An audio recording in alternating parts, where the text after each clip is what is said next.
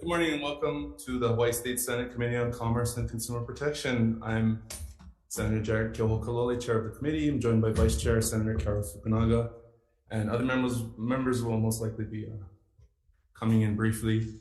This meeting is being streamed live on YouTube, and in the unlikely event that we must abruptly end this hearing due to technical difficulties, we will try to reconvene and discuss any outstanding business on Tuesday, April 4th at 10:15 a.m. in this room 229. For all testifiers, we do ask for a 2-minute testimony time limit. We've received all your written remarks and I've reviewed all of them. They are listed on the record on the legislative website. So in the interest of time and to allow everyone the chance to testify and the members to ask and have questions answered, instead of reading your testimony, I'd encourage you to stand, or feel free to use the 2 minutes to clarify or add any additional comments that you think you'd like to add. So with that said, we will move to the one item on this agenda, Governor's Message 508, for consideration to Director of the Department of Commerce and Consumer Affairs, Nadine Ando. First up, Dean Hazama in support.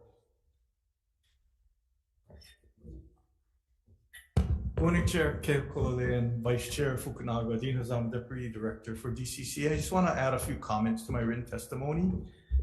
Before November of last year, I didn't know Nadine Ando at all. So we had a short time, and it's been a real pleasure and honor to work beside her these last few months. I've seen her demonstrate a very collaborative leadership approach.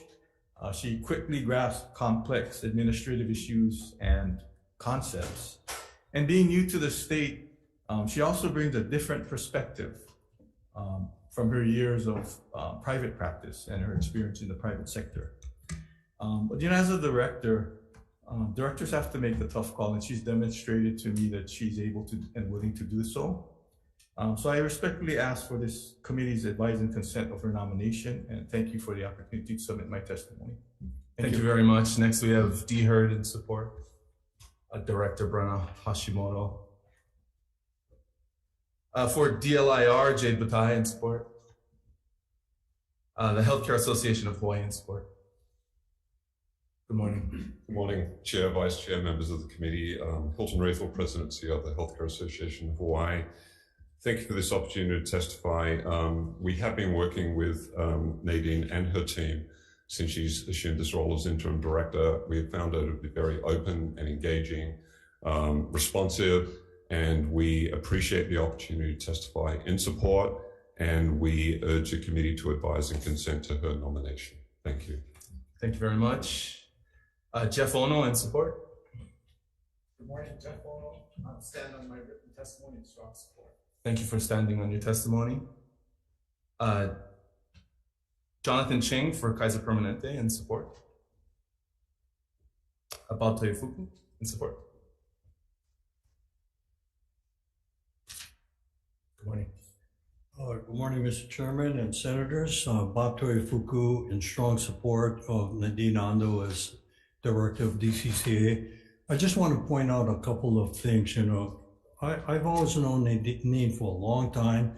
She has always gotten along with people, and she's respected, she's collaborative, and has shown management and leadership capabilities. I just want to point out that her peers elected her to be president of the Hawaii State Bar Association, and the members of the Judicial Selection Commission chose her to be the chair.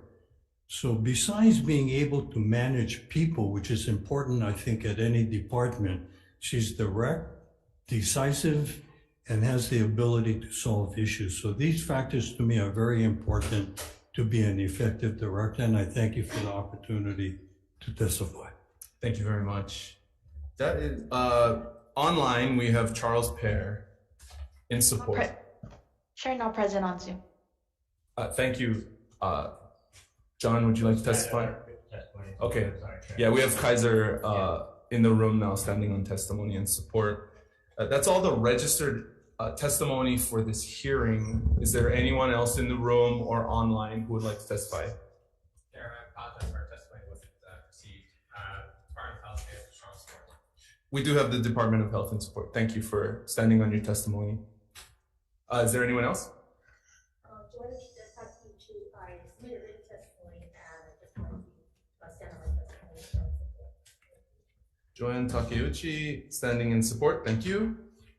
Anyone else? No? Okay, so I'm going to brief, there's a lot, but I'll read them for the record. Submitting written testimony in support. We have Governor Green, the Hawaii Department of Agriculture, Sabrina Nasser and Louis Salaveria for the Department of Budget and Finance, Kathy Betts for the DHS, DLNR, all in support. DOTAX in support, DOT in support, Hakeem Kwansafi of the HPHA in support, Justin Vermouth, Bruce Coppa, Lindsay Garcia, all in support. Following individuals all in support: Ryan Takahashi, Don Karisu, Damian Kim, Mitchell Imanaka, Robin Suarez, Stephanie Sakamoto, Cole Sadamoto, Mark Bennett, Gil Farias, Trudy Senda, Bruce Hamakawa, Greg Frey, Irvin Higashi, Jim Bickerton, Nancy Kelly, Kurt Shimizu, William McCorston, Gerald Takase, John Nuha, Crystal Rose, Peter Hamasaki, Jason Horiuchi, Audrey Ng, Catherine Matayoshi, Catherine Awakuni Colon, Kyle Lila Dao, Rina Rabago, Patricia Mao Shimizu, Ernie Martin, Melanie Martin, Kenneth Hu, Lynn Toyofuku, Dale Ross, Esther Brown, Kari Okinaga, Joel Cam, Dean Nishina, Keith Reagan, Chris Sadayasu, Susan Fernandez, Carl Sakamoto, Eliza Chong, Alani Kyoki, Leo Asuncion, Gregory Louis Kwan, Mihoko Ito, and testifying in opposition, Mr. Gerard Silva. One more time, is there anyone else who would like to testify? Okay, members, questions. Oh, actually, before we go into questions, we'll have the nominee. Please join us. Good morning.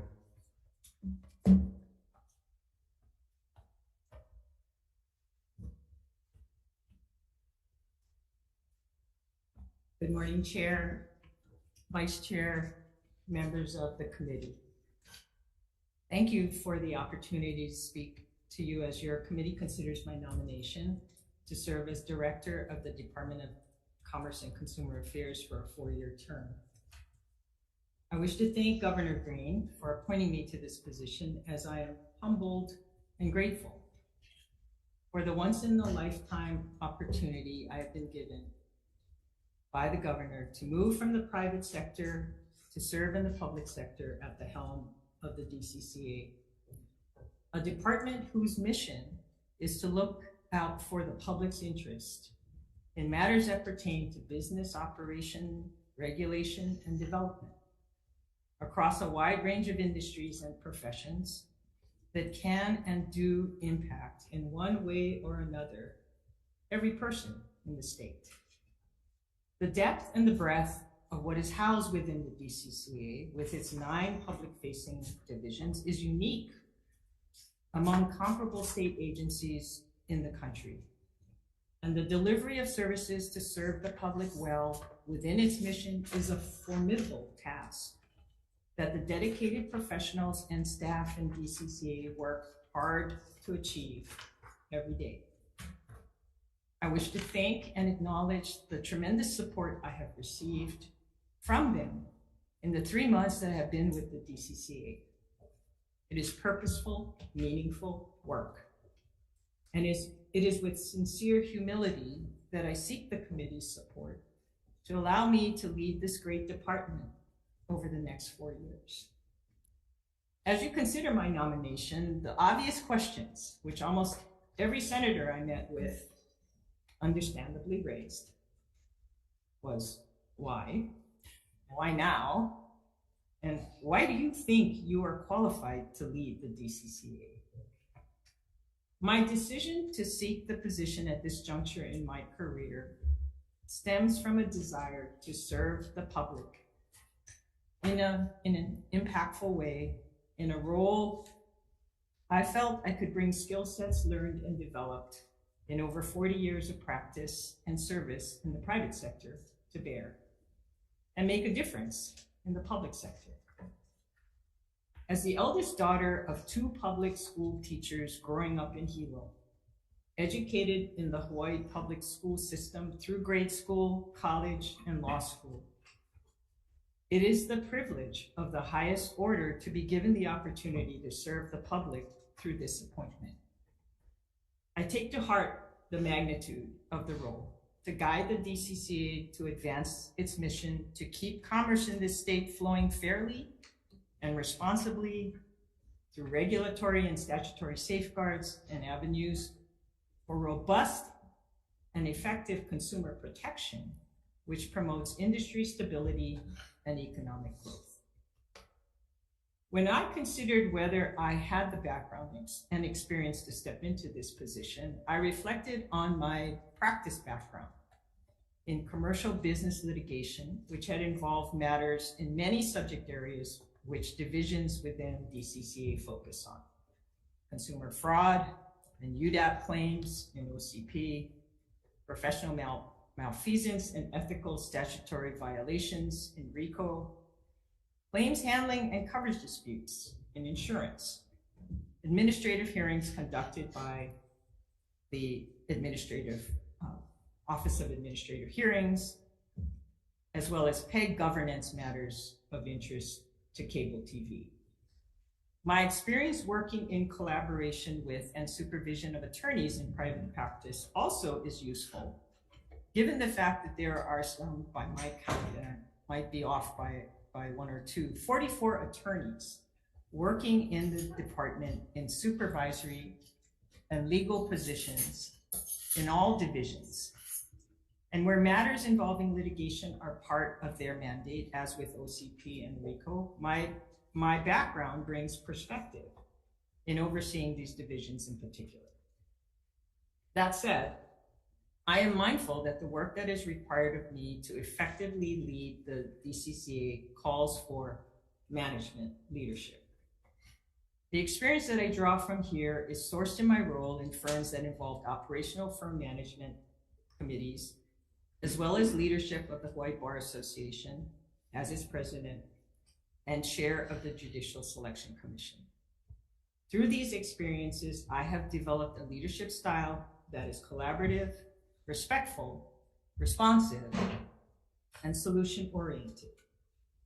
When possible, I strive to find solutions where there can be stakeholder consensus and buy-in, but if not, ensure that there is at least a clear understanding of the reasons for my decisions. My vision for where I would like to see the DCCA moving forward in the next 4 years, should I be confirmed, is in large part guided by the strategic plan that the department developed in 2020 and 2021 for the years 2021 to 2025. I see this as an important tool, as it was a product of months of dialogue among department and division leaders and staff arising out of survey results from over 300 employees. Stepping in midway in that time period, I can see the efforts, and in some instances, the results of those efforts to advance the priorities and goals identified in the plan. The department is well into the process of cohesive IT modernization across the divisions to improve efficiency and customer engagement with the department, while helping to streamline the workload processes for staff. The end result will also provide cross-division access to data and information, increasing the department's ability to flag business entities and individuals who are non-compliant or who may have complaints and violations pending that other divisions may not be aware of. Addressing vacancy and retention issues, as well as succession planning for divisions, as those with institutional experience and background retire or otherwise leave, is another priority identified that we are working aggressively on. We have been meeting with our managers to develop recruitment and retention options to address hard-to-fill vacancies and critical staffing gaps. To that end, we plan to work with consultants to review our workflows and processes, as making changes can help address systemic work overload problems. Making improvements to workflow through IT modernization as well as through review of systems will in turn help public-facing divisions to process applications and requests more efficiently and thereby reduce complaints regarding processing time delays. As the strategic plan was developed during the height of the COVID-19 pandemic, the role of telework and the goal of ensuring the DCCA was fully functional was also identified as a priority. Our department has recently moved forward with a department-wide policy that continues to offer telework as an alternative for up to 2 days a week, following the requirements for metrics and forms set forth in DHERD's new telework policy guidelines. We believe this hybrid approach will be an appropriate transition at this time and will enable us to develop a baseline in terms of work productivity to continue to evaluate telework as an alternative unrelated to COVID-19. I'm excited and passionate about leading the DCCA, a department that is the backbone of the state's regulation of business in Hawaii and is tasked to protect consumers from business practices that run afoul of our laws. I humbly ask for your vote of confidence to allow me to continue in this role for the next 4 years.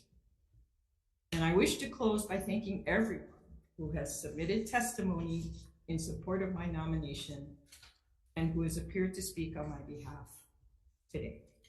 Thank you. Thank you very much. Members, questions?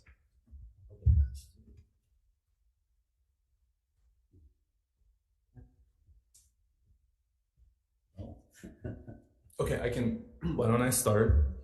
Thank you for your remarks. If we can go to your comments on your administrative experience. With over 70 positions vacant based off of your last budget submittal, what experience are you looking to lean on to fill them, and what is your plan? Well, we have been meeting with each of our divisions. We have identified in specifics as we look through their vacancies. We have been doing this on a regular basis, one-on-one with our personnel office to try and make sure that we have exhausted whatever opportunities there might be to look into that haven't been completely exhausted in terms of efforts to fill these vacancies. And there are different divisions. Obviously, we have many that are sizable and some that are smaller. So the range of where those vacancies exist and the difficulty in filling them kind of is dependent division by division. But as a result of that, I think we have been coming up with more ideas in terms of how we can look at, for example, internship programs, looking at whether or not there's ways that we can bring people in under using 89-day hires to gain experience that would meet the qualifications, because we know, especially when we're dealing with civil service positions, that we have to find other ways to try and get people in if they can't fit the requirements as written. We've also been looking at whether or not we can redescribe position descriptions, maybe change the classification of the position so that we might be able to open up more people who could potentially be on lists that would be looked at. We are trying to look at also other mechanisms to get out the word that we are looking for hiring in certain positions that could be shortcut through, if they're exempt positions, of course, gives us a lot more latitude in mechanisms to be able to try and fill them. So we are, when I say aggressively, we are working on this. We have meetings scheduled regularly with all our divisions to discuss our vacancy approach, or I guess I call it an attack, to manage this and get this under control so that we can fill positions and help the workload flow. So do you have any specific objectives or measures upon which you would like to base your execution of that plan? I think I just, in my answer, I was trying to kind of mention some of the things that through our meetings, we try and identify with our division chiefs, particularly positions that are critical to the staffing of the division, or ones that have been outstanding and aged, and what the problems may be in terms of being able to get the lists from DHERD so that we can act on them and identify where there might be some issues that can help us cut through some of whatever red tape there might be to make it difficult to extend offers. So we have kind of been doing that with each division, and we go through a spreadsheet of what positions we're trying to target to see what we can do to minimize it. Sometimes we're looking at, we do internal, and we put it out for within the department to see if there are possible movements of personnel within the division, or movements of personnel in the department to fill vacancies. So it's an ongoing process. My understanding is that in the past, the vacancy rate was running about 6% for the department. Now we're looking at something more in the nature of 12%. And of course, the target. And so what is your objective? Objective is to, of course, attack that and bring that vacancy rate down. If the previous rates, and I don't know how much of that was pre-COVID versus what was impacted by COVID over the last 3 years. But of course, my target would be, I understand that the department this large, we're going to have vacancies. That's going to be, and people retire, and all of that also causes greater needs to fill, especially leadership positions. But the target would be to go back and get us closer to that 6%. And if that was pre-COVID, certainly try and make those adjustments as we transition out of COVID and the challenges that brought to the workplace and retention issues that may have come. By when? Certainly, I'd like to see something by the end of the year. I mean, we are working very aggressively on meeting with each of our divisions to go over our vacancy problems and looking at ways that we might be able to address them. Okay. Members? Senator Vice Chair? I met with the director nominee and have been very impressed with a lot of the actions that she has been involved with and that she is planning to take. And I look forward to embracing, some of the new directions that I hope we can take, particularly in areas relating to residential condo issues, because that has been an area where particular groups of condominium issues have begun to become a real problem. But I'm very impressed with the way that she and her team are looking to attack those issues, and look forward to confirming her. Any questions? Yeah, sorry. Okay. Senator Richards. Yeah, thank you, Chair. Appreciate getting together to talk this story.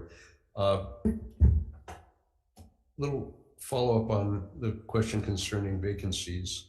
Have you identified a common theme throughout your vacancies? And if so, what are you doing to address that?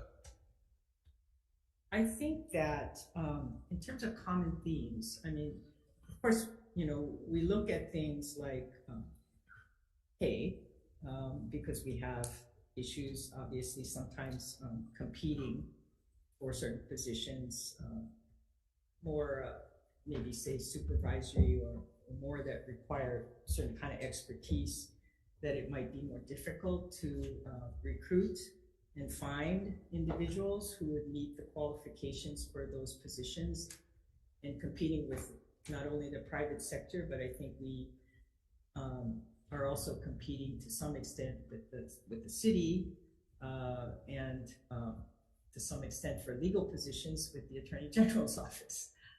So as we're, trying to kind of get a better sense of how much the pay scale is impacting the difficulty in recruiting and filling those types of vacancies, staff attorney positions, specific positions that require a certain kind of background and expertise. That, for example, I know we have had discussions with our consumer advocate division about the type of qualifications they need for certain analysts and engineering expertise. So those kinds of things we're looking at in terms of how we can perhaps find ways to be able to address the salary issues that may be, barriers or causing challenges for us to be able to get people to apply and accept positions. But one of the things that, for example, as we're talking about that, we are looking at, I think, one of the things that we think helps us in recruitment, especially for, I want to say, I'm labeling this, but younger generation of people coming out of college with certain kinds of backgrounds and degrees.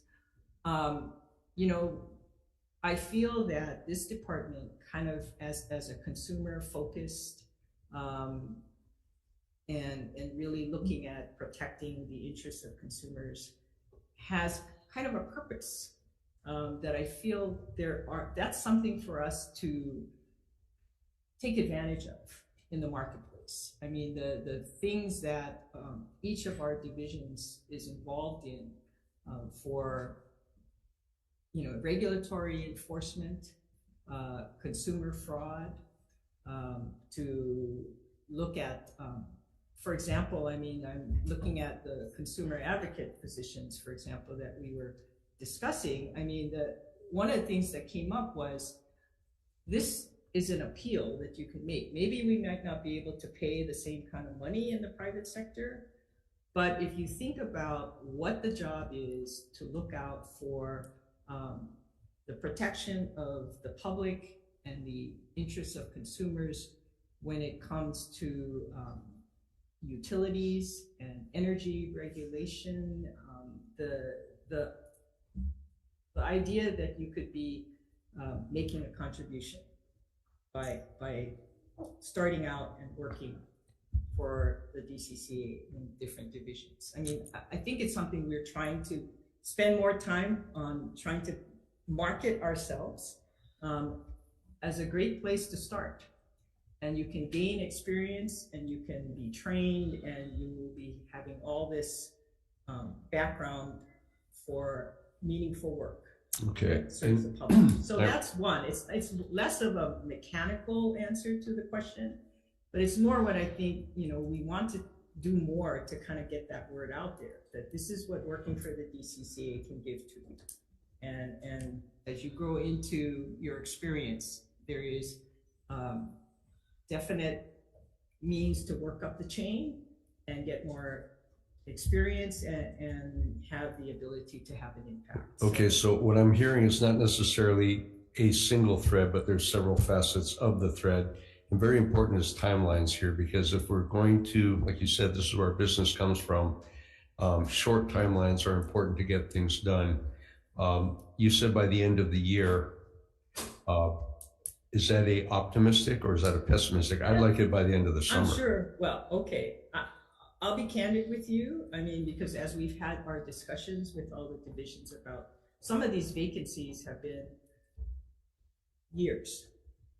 As we look through them in terms of how long they've aged. And so I think I have to be careful about what I say, but my target would be end of the year is an optimistic forecast.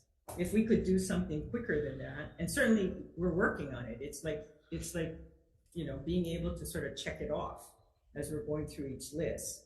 But some of them are more challenging. Certain positions, civil service positions, it appears that the vacancy rates for those positions are particularly difficult to recruit.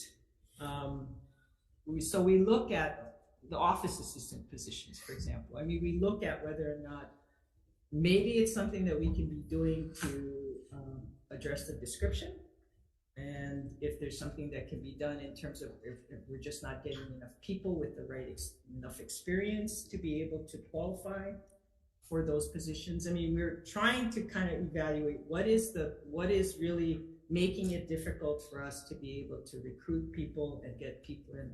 By the time, and I honestly, this is something new to me, but you know, the whole process that we have to work with DHERD, and I know that they're working as hard as they can, but they're very short-staffed as well. So I've been hearing how we can have a position, and by the time we get a list of people, I mean, we can get a list of, you know, I don't know, I'm just sort of pulling out of the air, but say 100 people are on the list.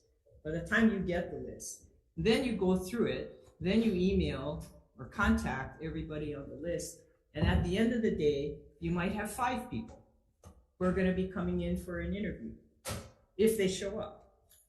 And so now you're getting down to like, and how many of those at that point are going to be interested in the position that you're interviewing for? And I appreciate that. And this has long been talked about, the timelines that this is taking.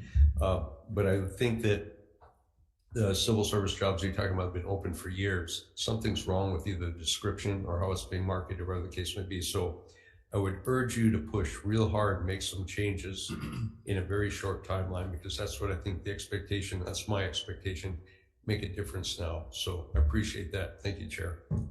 Senator McKelvey. Thank you so much. It's good to see you again, Janine. And no, it's a pleasure finally getting to know you and everything. And you know, I just want to say for the record, you're a nice person, you're a good person. Your skill as a litigator and your skill with the law firms is, you know, second to none. But this is a brand new animal you're jumping into. And this DCCA, with all of its divisions, even beyond the 9 public-facing ones, has such a huge impact on our constituencies. And so if you bear with me, I want to add to some policy-driven questions, because as a director, we're going to look to you to set the policy tone for these different issues. I'll just start with PBL, professional application licensing. You know, we basically spend it in Hawaii. We regulate different branches, different occupations that no other states has licensing for. Hair braiding, for instance, florists, for instance. There's long been the call of why does Hawaii have licensing for these kinds of occupations which other states do not? And what is your opinion on that?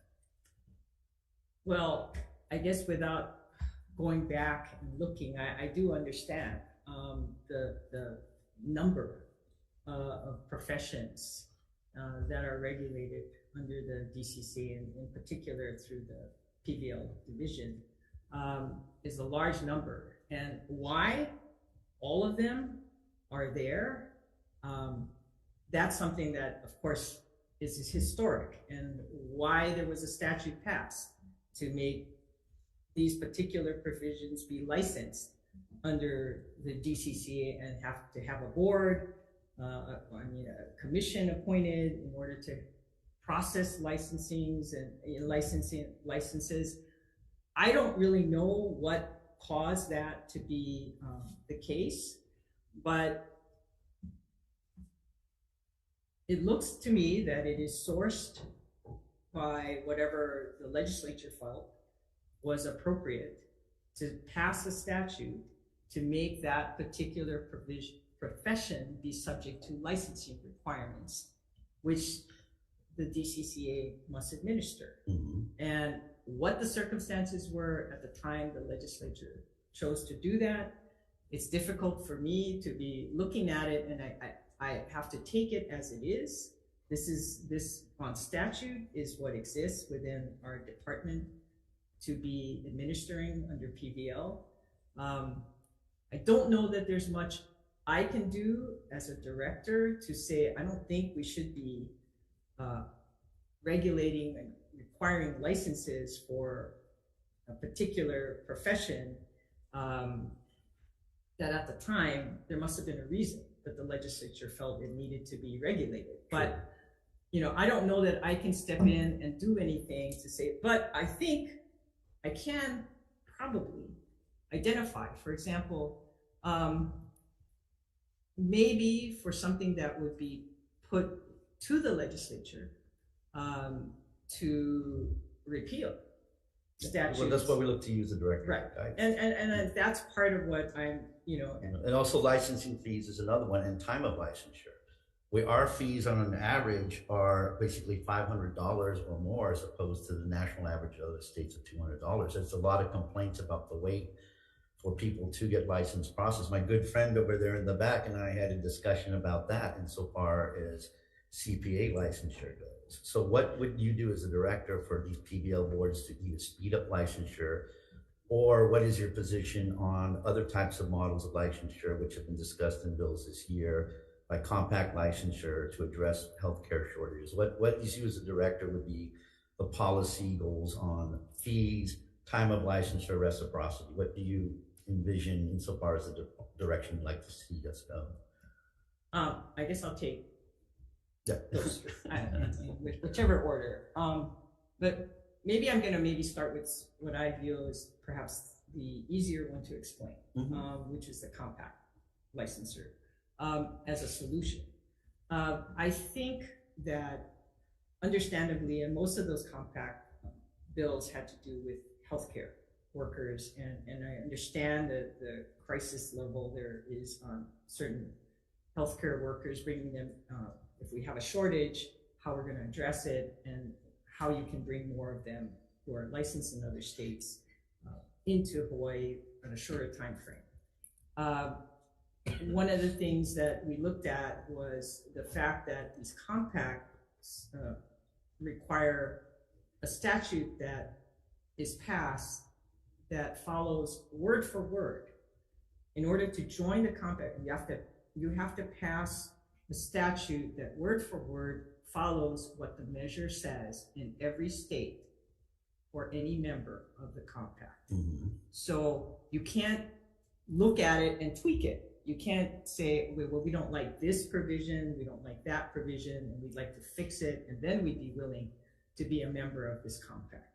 So that's sort of the sort of fundamental problem with them. But there is this session, the medical licensure compact, which we did support, and which our medical board also supported. I mean, so it's a function of the boards looking at the compact in particular, looking at what's provided for under the compact and how it operates, and making a decision on whether or not they would support that compact. And so in this instance, for example, this year we did have the medical board in support of the medical licensure compact.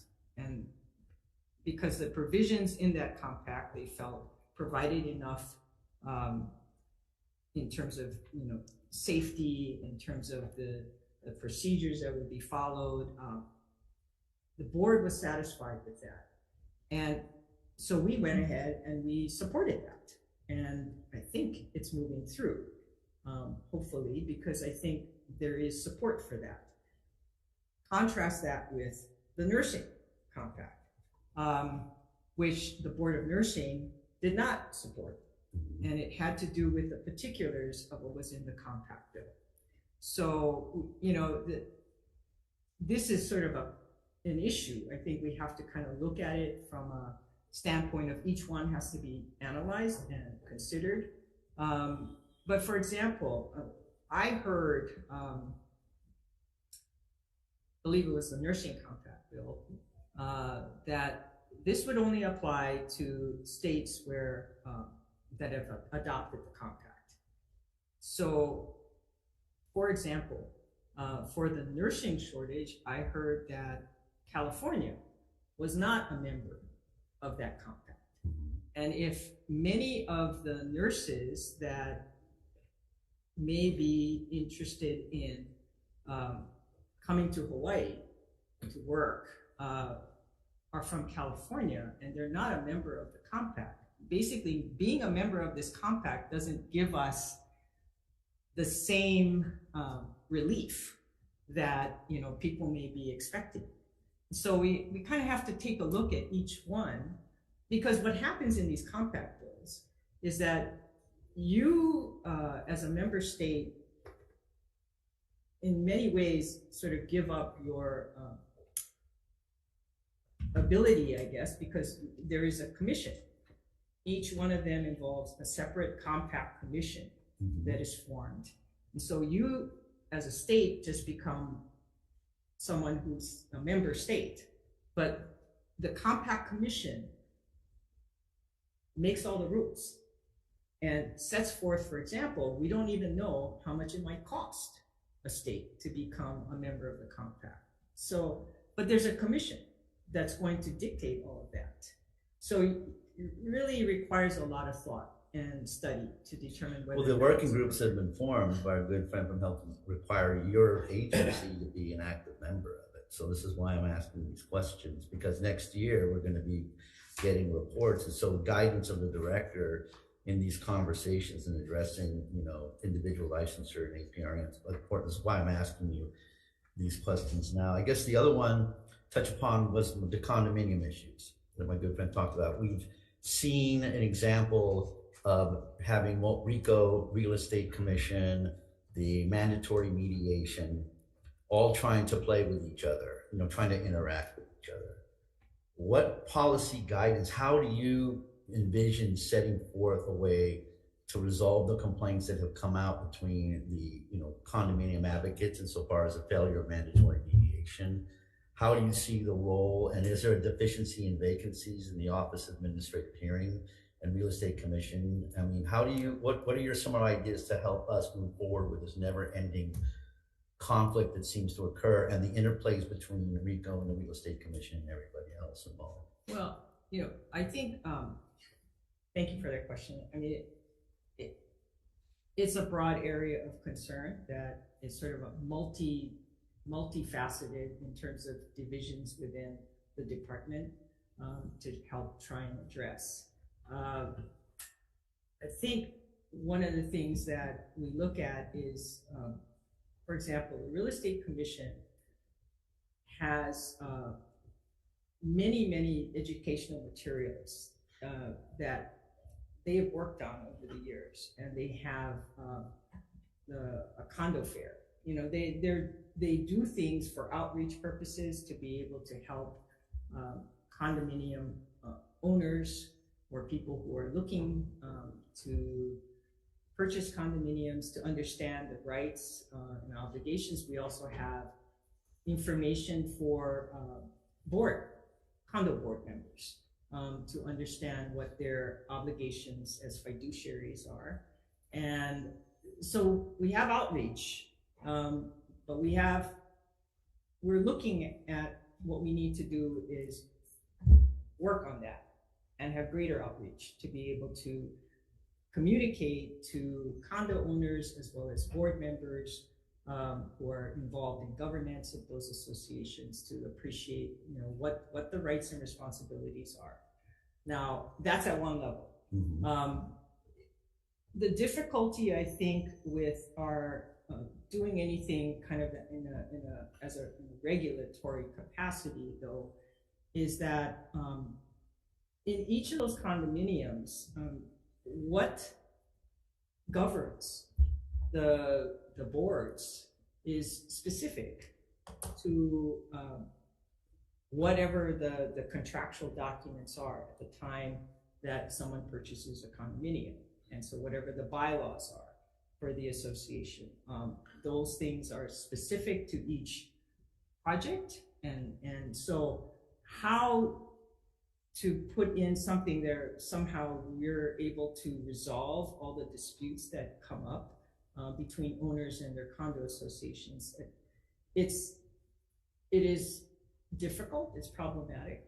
Well, this is Because- why we're looking, yeah, we're looking at you. Right, I mean, and so, right, I intend to spend more time to get a better understanding of specifically what can be done to improve if it's workflow, if it's vacancy driven by not having enough people to work on these and spend more time on these matters. Where would you see identified vacancy, real estate commission or in the? Well, it's not in mandatory mediation. Where would the vacancies that you've identified be?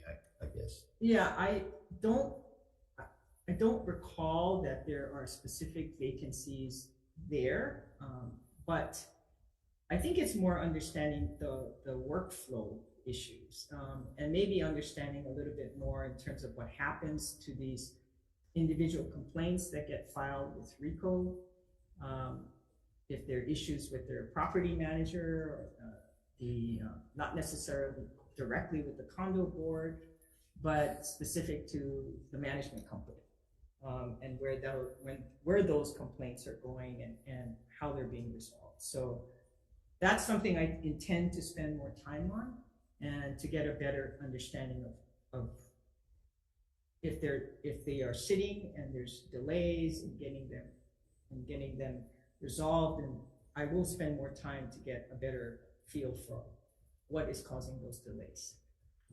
The other issue that I know that this recently came up, and I saw an email wanting to, and I understand that this is driven by the impact on condo owners, I guess through their associations, to comply with the fire safety requirements specific to the county, city and county of Honolulu, for especially older condominium projects that did not have fire sprinkler systems installed, and what needs to be done in order to retrofit those condominiums to comply with what the city is requiring, and the cost of that in terms of the degree of whether it's special assessments or something else that has to be looked into. And I saw that there was a request for a meeting to discuss with our insurance people whether or not there was an avenue through captive insurance to somehow provide for insurance, I guess, insurance relief or coverage for those kinds of expenses that would be required for compliance with the city's requirements. So we were prepared, I think, to have a discussion on that. I mean, because we appreciate that it's many people, certainly in the city and county of Honolulu, are impacted. And I think I had a discussion with Senator Moriwaki about this. A lot of these older projects, people who are in these condominiums may be on fixed income. And so to be able to manage a huge special assessment in order to do whatever needs to be done to retrofit a building and install fire sprinkler systems, recognizing it's a huge issue, and if people felt like they didn't understand when they purchased a condominium that these kinds of expenses, huge expenses, could occur in the future, you know, that's another thing. I think that's an educational thing. That's something that, from an outreach standpoint, we need to make sure people realize. Okay. Just two more. We could be here for a long time, but it underscores the depth and the breadth of DCCA. I mean, we could go to DFI, we could go to CATV, we could, you know, look at the consumer advocacy, efficacy issues. But I know the chair's time is limited, and I'll just leave it to two things. A lot of these divisions operate with their own mission statements, with their own policy-driven things, and a lot of times you get conflict between them. You'll see different divisions coming to us and testifying at opposition.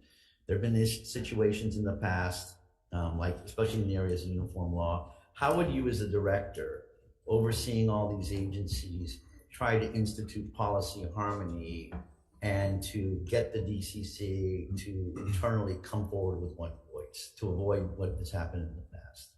We have monthly meetings with our division chiefs, and we go over a number of things. If there are particular, if there are things where, for example, I guess if we have legislation that sort of one division has wants or supports and something else that another division has issues with from a different perspective or angle. Of course, if that comes up, we will have internal discussions on a case-by-case basis on what particular issue that might be. I have actually not seen that happen during this session. And it may be that that happens depending on what the particular bills may be that are involve our department. But so far this session, I haven't seen anything where I feel there's been a direct, we like this, no, we don't. I mean, and it's going to impact us negatively, but the other division says, no, but we need it. I haven't seen that happen this session, but I can imagine that depending on what the proposed legislation might be, that can come up. Well, it happens in the condo thing. You get different groups pointing at each other. And so as a result, we continue to get bills. And I started to backtrack to that, but that's why I bring it up. And so far as, I look at the director as being able to get all of these divisions to work in cohesion and to address these common problems, which is why I bring them up. Well, and to be fair, I mean, I may not be aware of what the particular issue is. It may not have gotten quite on my radar yet, but when I got that email, the first thing I said was, well, I know it wasn't specific to me. It wasn't asking me to get involved in the meeting, but I was copied on it. And therefore, my first thought was, I want to get a hold of everybody internally. I want to have a meeting. We need to discuss what's going on and what your perspectives are from each of your divisions on what's being discussed. And that is the way I would approach anything that would come up in the future, whatever that specific matter might be. My view is, as soon as I see something like that, I get everybody in the room and we talk about it and we get specifics. And I go and I have follow-up and I say, well, if you're referring to something, I'd like to see what that statute says. If it's something on the federal side, I'd like to see what that says. I mean, I will have those meetings so that when we have a discussion with you, we're coming in with one voice. And that's the way my approach in terms of how I see my leadership, depending on what the circumstance calls for, that's what I would follow. Okay. Thank you, Chair. In the interest of time. I do have some follow-ups, specifically around professional and vocational licensing. Senator McKelvey's example about hair braiding, the regulatory requirements around that. You responded, you don't know if you can do anything. And I mean, aren't there a number of things you as the head of the department could do in that instance that would be reflected in just even the administrative impact of managing those types of professions? Well, yeah, thank you for the question. I probably misspoke when I said there's nothing I could do.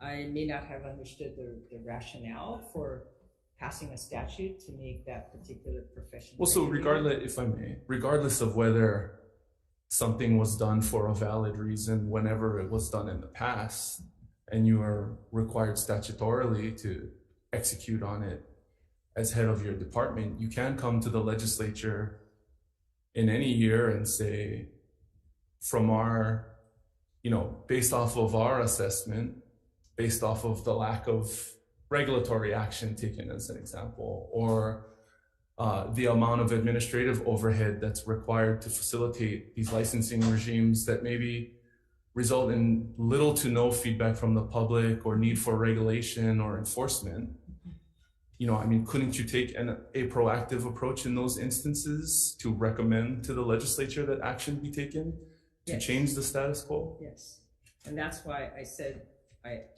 probably responded in a sort of a quick way that wasn't as thoughtful as it should have been, because you're right, that if we have 52 professions that currently need to be regulated, and I'm hearing, as I go through that list,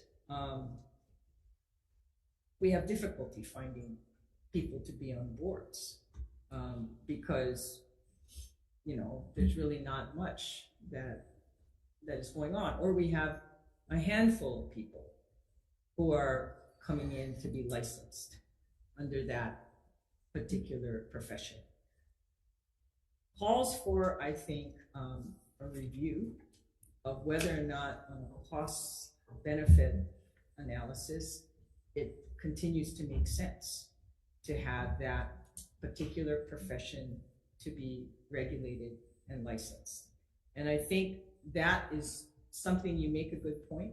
I've heard everyone, I think jumping in to this job where, the legislative session starts right away, and then we're kind of doing a lot of reaction work, may not have given me the time to sit down and understand, okay, of these 52 that we are regulating, are there some of these that we just either, can't find people to be on a commission to serve, or the amount of, what we're doing in terms of licensing is like, it may not make sense. And so I could see that come next legislative session, I would be looking at having someone introduce something to basically look at that statutory section for that profession and take it out. Because we talk about, we have vacancy issues in PBL. We have workload issues with PBL.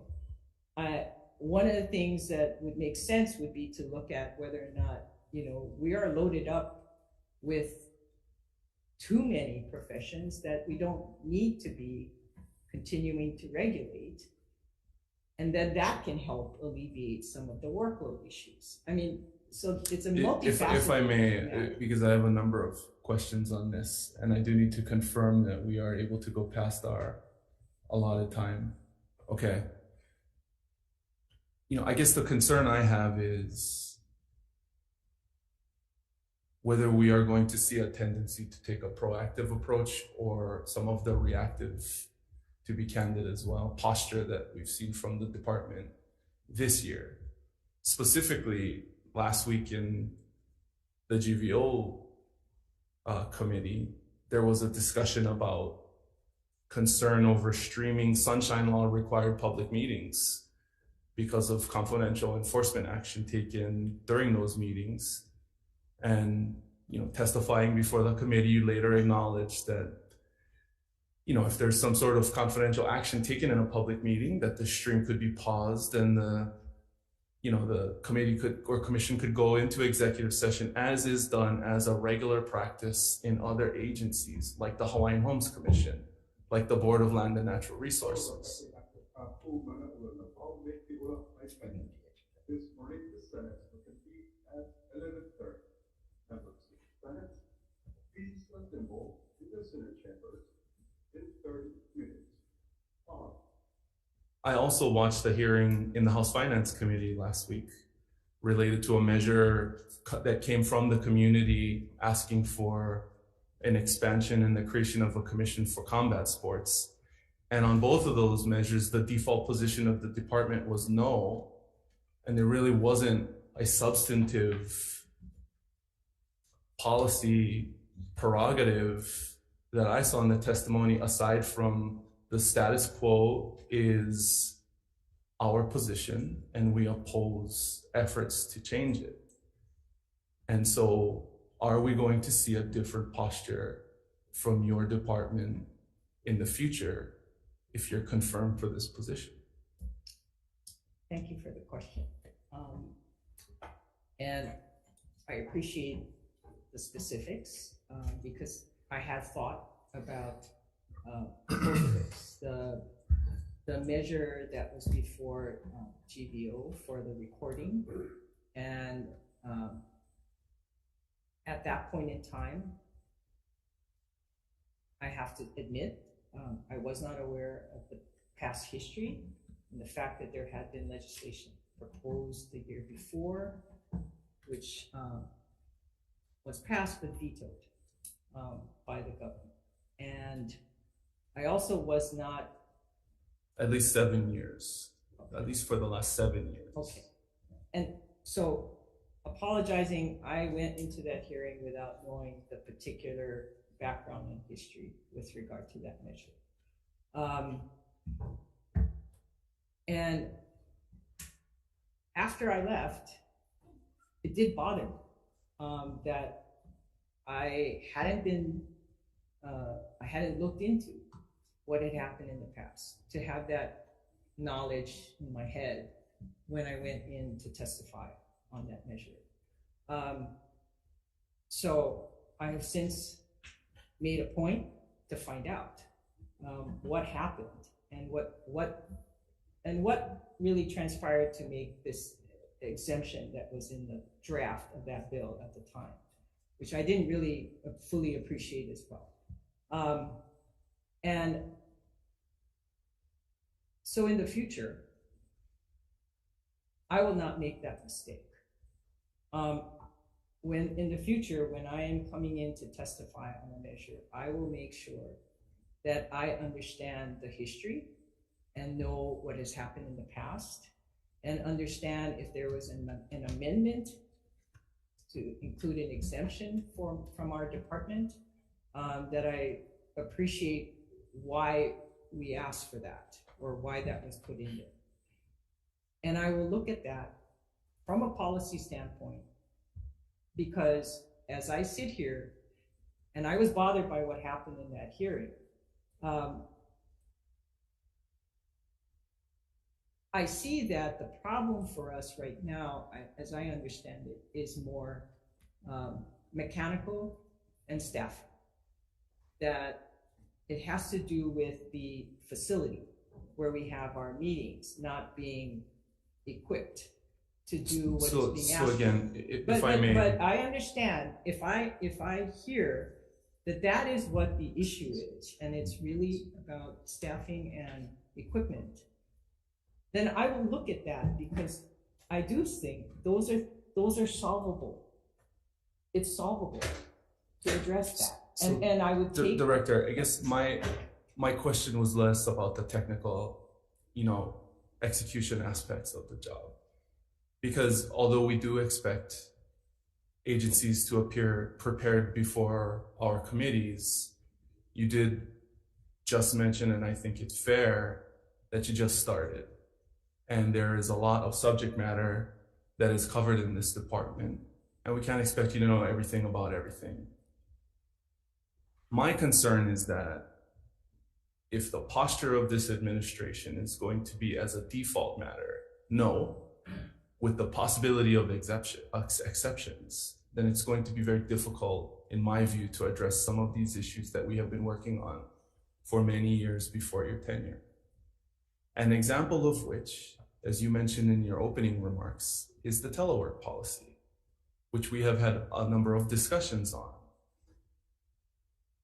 The reason I bring that up is that we were in a confirmation hearing in the Transportation Committee yesterday, and the DOT deputy, who mentioned that their telework implementation has been performance-based, subject to periods determined by managers where they bring the team in due to the periodic, mandatory federal review requirements or whatever the need might be. In getting into the particulars of their policy, it seems like the direction that department has taken directly contradicts with the approach you have taken as articulated in responses that we've provided to the committee in terms of a just blanket across the board ceiling on the number of days, regardless of the operation of the division and their program. And so, again, if you can just speak to the posture that you intend to take going forward, because some of the responses you've given based on vacancies, for example, are the answers that every single agency comes in and gives, because it's the same exact difficulty and problem in every single agency, except some agencies are performing much better at filling vacancies than others. Well, I appreciate the question, and I appreciate that the recognition that I am 3 months into the job. And it's a steep learning curve. I appreciate that. And there are a lot of divisions doing many things that I need to work on to be able to fully understand what everybody is doing in those divisions. But to answer the question about whether or not my view on what I'm going to be doing and leading this department is going to generally be the status quo, the answer to that is no. The more I learn and the more that I can dive into the specifics about what positions are being taken and why we're taking these positions, the more I'm inclined to look at them from a different prism that isn't going to be, this is what we always do, and we take these positions because we always have. My role, and the reason why I feel I might have been appointed to the position, is because I do bring different perspective. I don't have carrying forward necessarily, this is how we always do things. So that is why I need to learn what each division needs in terms of operation.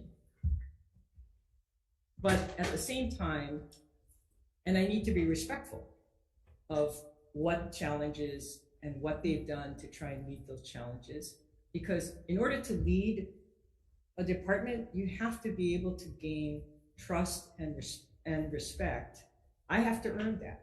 And I do need to listen to everyone to understand why we take certain positions on certain matters. At the same time, I'm also here to work and improve things. So if there are positions or things that we've been doing that need to be addressed and we need to look at doing it in a different way, that is why I think I've been put in this position, so that I can bring a different perspective. I thank you for your answer. I apologize that I need to interrupt. We are authorized to go until 11:15, which gives us about 6 more minutes. I intend to defer decision-making on this matter until Tuesday the 4th at 10:15, where we will be taking the vote with the full committee, and also so to allow time for some follow-up on some of these questions. And I would like to recognize for the last question, Senator Owa, who has been waiting patiently. Thanks, Senator Okole. I only have one, and if you can keep the answer short, not just because of time, but when people in the country see it, they can easily understand it. This is very specific to my community. In Punaluu, we have a condo building called Hano Hano Hale. It's been managed like it's the Wild West, just no rules. The president has allegedly been working with owners of condos to turn it into an under-the-radar hotel by bypassing the association's bylaws of 90-day rentals of minimum and basically doing vacation rentals. I'm just wondering what can be done right now. I'm understanding that has anyone who is an owner in the condo raised any complaints about what is being done? So allegedly the president has been going to these owners and incentivizing them to vacation rent. And it's gone as far as getting actual residents who are renting evicted so that they could vacation rent. Well, people have tried to stand up, but it's been, like I said, Wild West. No, it's like the dictatorship. I think if someone were to bring that to our attention I guess I'm hearing it from you, that would be something we would definitely look into and find out more details about what is going on. Okay, we'll be happy to share more information off of this. Right. Thank you. Okay, so in the interest of time, we will adjourn this briefing. We will adjourn this hearing. And again, we will hold the decision making on the nomination on Tuesday, April 4th at 10:15 a.m. Thank you. We're adjourned.